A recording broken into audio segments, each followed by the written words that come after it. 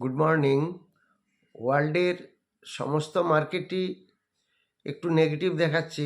Mainly ড্যাক্স পশ্চিম Germany এবং Hang Seng এই দুটি একটু ভালো পজিটিভ আছে। বাকি Nasdaq, Dow Jones, S&P, FTSE, Nikkei সমস্ত মার্কেটই মাইনাস দেখাচ্ছে। গিভ নিফটি কিন্তু একটু পজিটিভে খুলেছে, 15 পয়েন্ট পজিটিভে সকালে খুলেছে। দুটি স্টক একটু ভালো নিউজ এসেছে। একটি টেকনো ইলেকট্রিক, এটা হচ্ছে একটা ডাটা সেন্টারের স্টক যেটা এক্সপ্যানশন প্ল্যানস অফ $1 বিলিয়ন। আরেকটি স্টিল ট্রাইবস হুইলস, এটা হচ্ছে highest ever sales in December. এই দুটি স্টকে নিউজ এসেছে। যারা 15 ফেব্রুয়ারি ব্যাচে ক্লাস করতে চান তারা যোগাযোগ করবেন। সেখানে অফলাইন এবং অনলাইন দুটি ব্যাচ শুরু হচ্ছে এবং ক্রিপ্টোকারেন্সি ব্যাচ শুরু হচ্ছে।